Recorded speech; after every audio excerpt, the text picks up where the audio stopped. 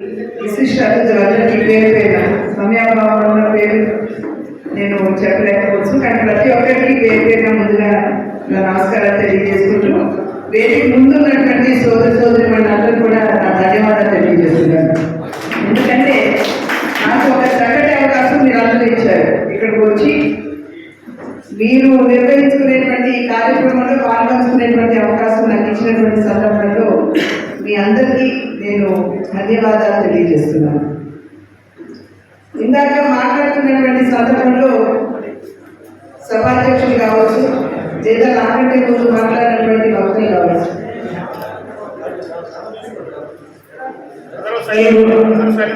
ఆధారపడి జీవించేటువంటి వారి జీవన పరిస్థితులు ఏ విధంగా ఉన్నాయో వారందరూ కూడా వివరించి చెప్పడం జరిగింది.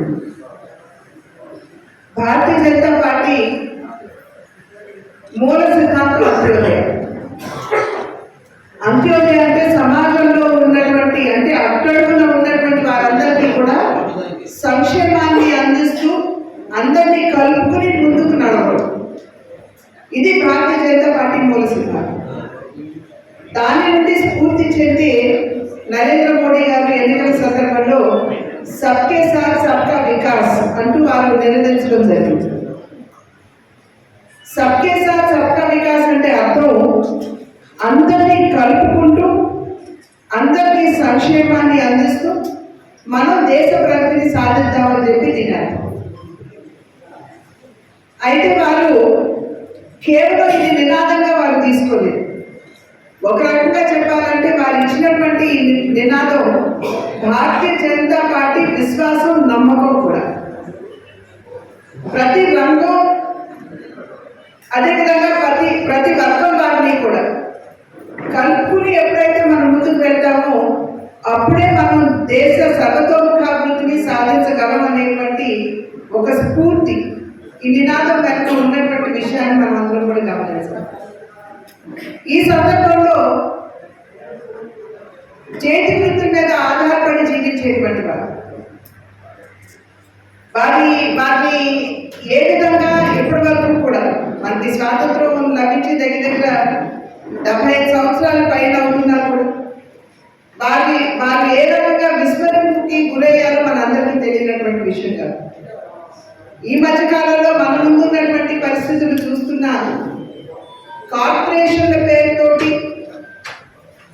వీరందరినీ కూడా ఒక ఓట్ బ్యాంక్గా పరిగణించడం తప్పించి నిజంగా అంకిత భావంతో వారి జీవితాల్లో మంచి మార్పుని తీసుకురావాలి అనేటువంటి అంకిత భావం లోపిస్తున్నటువంటి విషయం మనందరికీ తెలుసు. ఇందాక మాట్లాడుతున్నటువంటి సందర్భంలో చెప్పారు, నరేంద్ర మోడీ గారు స్వయంగా బీసీ కులం నుండి వచ్చినటువంటి ఒక బిడ్డగా వారు వర్ణించడం జరిగింది. మేము క్లోజ్డ్ రూమ్లో మాట్లాడుతున్నటువంటి సందర్భంలో కూడా అనేక సమయాల్లో నరేంద్ర మోడీ గారు కూడా చెప్పినటువంటి విషయం ఇది. నేను వెనుకబడినటువంటి కులం నుండి వచ్చినటువంటి వాడిని, పేదరికం నుండి వచ్చినటువంటి వాడిని కనుక కులాల్లో ఉన్నటువంటి వారు కావచ్చు, లేదా పేదరికంలో ఉన్నటువంటి వారు కావచ్చు, వారు ఎదుర్కొనేటువంటి సమస్యలు ఏ విధంగా ఉంటాయో నాకు బాగా తెలుసు. కనుక నేను ఏ కార్యక్రమం చేపట్టినా కూడా ఆ పేదరికంలో, ఆ వెనుకబడినటువంటి కులాల్లో ఉన్నటువంటి వారిని కేంద్ర బిందువుగా చేసుకుని నేను నా ప్రభుత్వ కార్యక్రమాలకి రూపకల్పన చేస్తాను అని చెప్పి వారు అనేక సందర్భాల్లో మాతో చెప్పినటువంటి విషయం. ఆ నేపథ్యంలోనే మనం చూసినట్లయితే ఈ విశ్వకర్మ యోజనాన్ని వారు తీసుకురావడం జరిగింది. ఎందుకంటే స్వయంగా వారికి తెలుసు, చేతి కళావంతుల మీద ఆధారపడి ఉన్నటువంటి వారు ఎదుర్కొనేటువంటి అనేక సమస్యలు, ముడి సరుకు కొనడం దగ్గర నుండి ఆ సరుకు తయారీ అయిన తర్వాత వాటిని మార్కెట్ చేయడం వరకు కూడా ఈ కళావృత్తుల మీద ఆధారపడి ఉన్నటువంటి వారందరూ ఎటువంటి సమస్యలు, ఇబ్బందులు ఎదుర్కొంటారో తెలిసినటువంటి వ్యక్తిగా వారు ఈ విశ్వకర్మ యోజనాన్ని ప్రతిష్టాత్మకంగా వారు తీసుకురావడం జరిగింది. వారు ఈ కార్యక్రమాన్ని తీసుకొచ్చినప్పుడు కూడా పార్టీ కార్యక్రమమైనటువంటి మాకందరికీ కూడా వారు ఇచ్చినటువంటి ఆదేశం ఏంటంటే దీన్ని మీరు ఓట్ బ్యాంక్గా పరిగణించవచ్చు, కానీ నిజ నిజంగా ఆ హస్తకళాకృతుల మీద ఆధారపడి ఉన్నటువంటి వారి దగ్గరికి వెళ్ళి అసలు వారు చెప్పినటువంటి మాట ఏంటంటే కండువా కూడా వేసుకోవద్దు, వారిని తీసుకుని వెళ్ళి కామన్ సర్వీస్ సెంటర్స్ ఏవైతే ఉంటాయో అక్కడ వారిని మీరు రిజిస్టర్ చేసే బాధ్యత మీరు తీసుకోవాలి అని చెప్పి వారు తెలియజేశారు.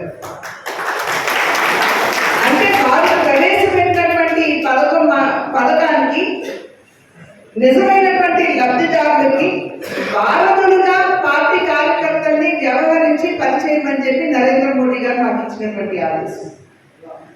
కనుక ఆ ఆదేశానుగుణంగానే సోదరు బంగారబాబు గారు కావచ్చు లేదా గోపి గారు కావచ్చు, వారి ఇరువురు కూడా వారి అంటే ఈ మోర్చాలో ఉన్నటువంటి కార్యకర్తల్ని, ఈ సెల్లో ఉన్నటువంటి కార్యకర్తల్ని వినియోగించుకుని ప్రతి జిల్లా మాత్రమే కాదు మండల స్థాయి కూడా వెళ్ళి ఈ కళాకృతుల మీద ఆధారపడి ఉన్నటువంటి వారిని గుర్తించి వారిని తీసుకుని వచ్చి సర్వీస్ సెంటర్స్ లో వారిని రిజిస్టర్ చేసేటువంటి ప్రక్రియ వారి ఇరువురు కూడా బాధ్యత తీసుకోవడం జరిగింది.